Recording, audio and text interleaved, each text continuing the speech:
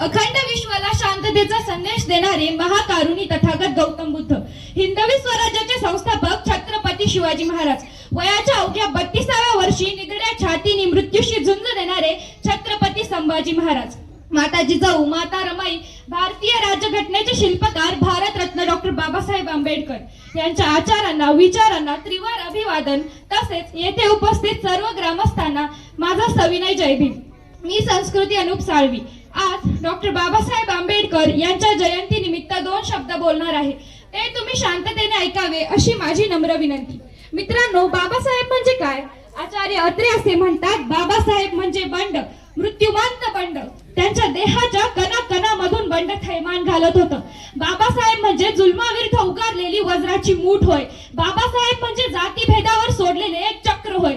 बाबासाहेब म्हणजे धर्म मार्तंडांचा कोथळा फाडून त्यांची आतडी बाहेर काढणारी वाघनखे होय. बाबासाहेब म्हणजे समाजातील साततदारांच्या विरुद्ध, वतनदारांच्या विरुद्ध पुकारलेले एक युद्ध होय. बाबासाहेब म्हणजे बाबासाहेबच. दुसरा शब्द उच्चारायला जीभ तयार होत नाही, एवढे सामर्थ्य फक्त बाबासाहेबांच्या नावातच आहे. इंसान को अपनी मुश्किलों से खुद ही लड़ना पड़ता है. इंसान को अपनी मुश्किलों से खुद ही लड़ना पड़ता है. हालातों को सुधारने के लिए मेहनत को गले लगाना पड़ता है. हालातों को सुधारने के लिए मेहनत को गले लगाना पड़ता है. बाबासाहेबांचा जन्म 14 एप्रिल 1891 रोजी मध्य प्रदेश मधील महू या गावात झाला. त्यांच्या वडिलांनी त्यांना शिक्षणाची गोडी लावली आणि ती गोडी बाबासाहेबांनी आयुष्यभर जपली. ते अत्यंत हुशार, मेहनती आणि जिज्ञासू विद्यार्थी होते. त्यांनी त्यांच्या आयुष्यातील प्रत्येक अडथळा, प्रत्येक अपमान शिक्षणाचं शस्त्र बनवून मागे टाकला. त्यांनी एलिफंटन हायस्कूल मधून मॅट्रिक परीक्षा उत्तीर्ण केली आणि त्यावेळी मॅट्रिक पास करणारे ते समाजातील पहिले विद्यार्थी होते. यानंतर उच्च शिक्षणासाठी ते परदेशात गेले. अमेरिकेतील कोलंबिया विद्यापीठ आणि इंग्लंड येथील स्कूल ऑफ इकॉनॉमिक्स येथे त्यांनी PhD पर्यंतचे शिक्षण पूर्ण केले. मित्रांनो, आजही अमेरिकेतील कोलंबिया विद्यापीठाच्या प्रवेशद्वारावर लिहिलंय, शतकातील सर्वोत्तम विद्यार्थी डॉक्टर भीमराव रामजी आंबेडकर. ते म्हणायचे, तुम्हाला हवे असेल तर एकटे उभे राहा, पण कधीही अन्यायाच्या बाजूने उभे राहू नका. प्रगतीचे प्रत्येक पान स्वाभिमानाच्या शाईने लिहा.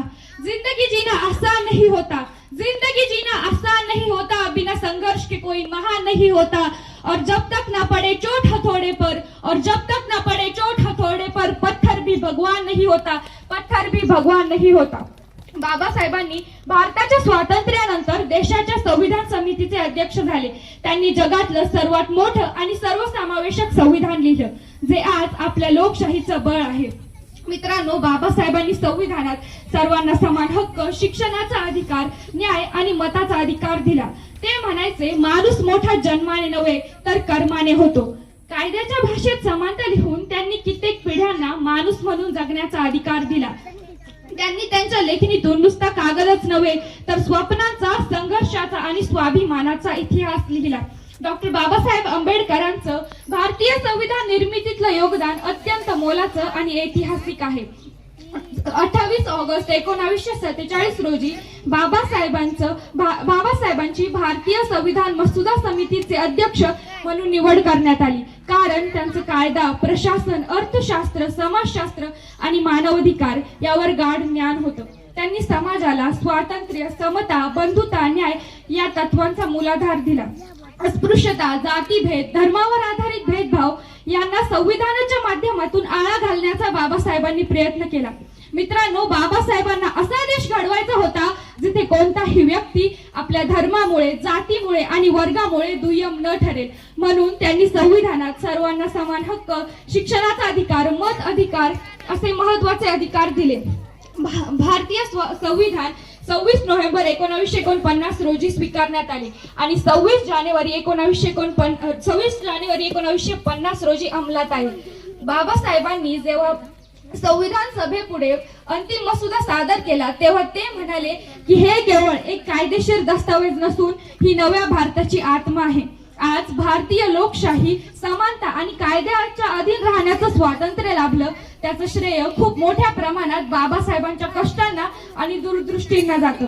मित्रांनो, बाबासाहेब अमेरिकेतील कोलंबिया विद्यापीठात शिकत असताना त्यांचं शिक्षण आणि वागणं पाहून एक प्राध्यापक खूप प्रभावित झाले. ते म्हणाले, डॉक्टर आंबेडकर भारतात परत गेल्यावर तुम्ही आमच्या संस्थेसाठी काम करा, तुम्हाला चांगलं पद, पगार आणि मान मर्ताब देऊ. बाबासाहेब म्हणाले, माफ करा सर, मी येथे शिकण्यासाठी आलोय, विकण्यासाठी नाही. त्यावर प्राध्यापक म्हणाले, पण तुम्ही आमच्यासाठी काम कराल तर तुमचं भविष्य अधिक उज्ज्वल होईल. त्यावर बाबासाहेब म्हणाले, माझं भविष्य तेव्हा उज्ज्वल होईल जेव्हा माझ्या देशातील शेवटच्या माणसालाही माणूस म्हणून जगण्याचा अधिकार येईल. शेवटी जाता जाता एवढेच म्हणे, सूरज को हम किसी से ढक नहीं सकते, सूरज को हम किसी से ढक नहीं सकते, समंदर की लहरों को कभी रोक नहीं सकते. ए आसमान तेरी ऊंचाई तो पता है हमें, ए आसमान तेरी ऊंचाई तो पता है हमें, लेकिन मेरे बाबा साहेब की ऊंचाई कभी नाप नहीं सकते, लेकिन मेरे बाबा साहेब की ऊंचाई कभी नाप नहीं सकते. धन्यवाद. धन्यवाद.